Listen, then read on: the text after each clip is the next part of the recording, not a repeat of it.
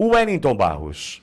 Pitoli, o presidente da Câmara dos Deputados, Hugo Motta, afirmou ontem que a análise do pedido de abertura de uma comissão parlamentar de inquérito para investigar o caso do Banco Master será conforme o regimento da Casa. Ao todo, o Congresso Nacional acumula 7 pedidos de abertura de investigações sobre o caso, um deles protocolado na Câmara dos Deputados. Ele disse o seguinte, abro aspas, nós vamos dar um tratamento regimental a essa situação. Vamos cumprir o regimento da Câmara que vai nortear a decisão do presidente. Fecho aspas ao que disse Hugo Motta a jornalistas ontem na corrida da Câmara em Brasília. Embora não tenha explicado o que significaria esse tratamento regimental, Motta tem dito a líderes partidários que precisa seguir a ordem cronológica de apresentação das CPIs. Ou seja, terá que analisar para instalar ou arquivar os 15 pedidos de CPIs que estão na fila e que foram apresentados antes desse do Banco Master. Parlamentares e técnicos avaliam nos bastidores que a justificativa regimental só se sustenta porque não há interesse político na instalação da CPI. Aqui, Pitoli, nós estamos falando da CPI na Câmara. CPI que é do Hollenberg, né? Parlamentar de inquérito. Isso, foi protocolada pelo Hollenberg. E a condição da questão regimental é o que a gente espera do presidente da Câmara, né? Olha, nós temos um pedido de CPI, olha, eu vou dar um tratamento regimental, isso é o mínimo. É óbvio, é o que a gente espera de uma autoridade que rege ali o andamento do trabalho legislativo. Na Câmara, Pitoli, esse pedido de instalação da CPI, como você disse, foi protocolado pelo deputado Rodrigo Hollenberg e com as assinaturas suficientes para a instalação. A criação do colegiado, contudo, depende de um despacho do presidente Hugo Motta. Obrigado, Barros. Valter, alguma possibilidade de ter esperança sobre Hugo Motta instalar uma CPI? Ele vai dizer que tem essa questão regimental, significa o seguinte, olha, tem uma fila, a gente vai esperar.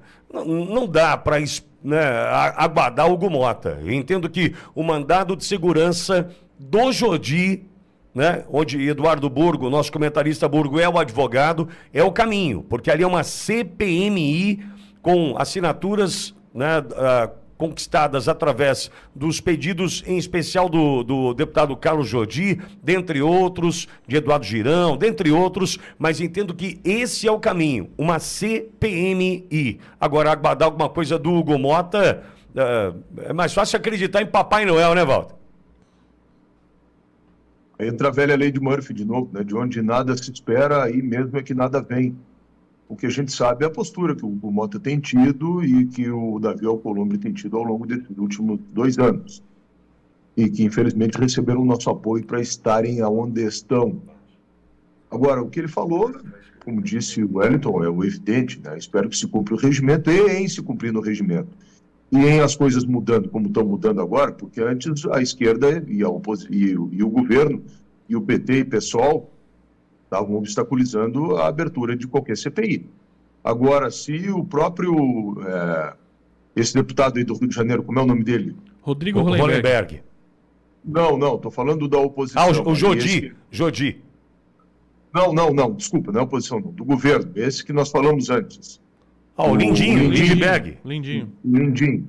Se o Lindinho entrou com isso e está forçando para que seja instalada uma CPI, ou seja, mudou a posição deles exatamente pelo que nós estamos falando deles. Eles estão vendo uma oportunidade de continuar desgastando a imagem do Flávio. Bom, aí, valendo o regimento vale daquele requerimento que foi protocolado antes. E se o requerimento foi protocolado em primeiro lugar, foi o regimento do Hollenberg, o requerimento do Hollenberg, é esse o requerimento que tem que gerar a instalação da CPI.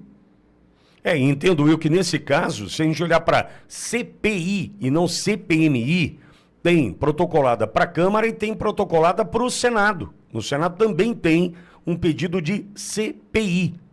A CPMI, que junta as duas casas, e que seria muito mais fácil porque não demandaria vontade do presidente do Senado ou vontade do presidente, né, da Câmara, porque dependeria apenas de uma sessão conjunta. O que aconteceu ali atrás, se você vai se lembrar. Mas Pitoli, não teve ainda sessão conjunta esse ano? Sim, tivemos uma única sessão conjunta com um acordo para que fosse pauta única e parassem na derrubada do veto da dosimetria. Foi isso que aconteceu. Então, olha como é que são as coisas do Brasil. Então, a gente, ok, tinha um acordo.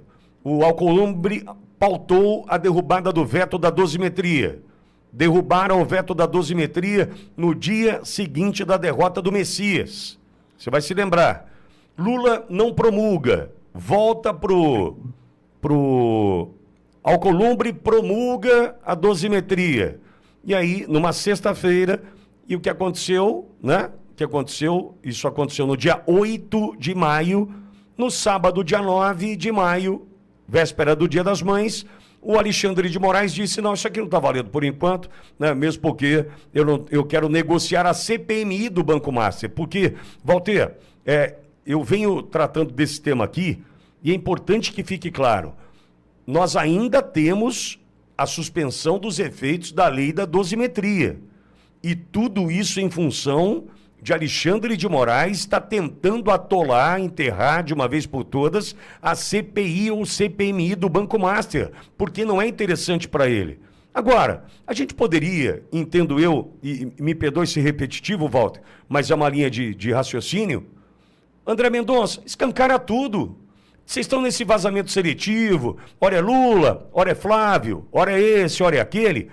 Escancara tudo. Vamos lá, tem lá um Google Drive, no Drive do Google tá lá todos os celulares do Vocaro, a gente vai ter acesso a tudo e vão sair condenando.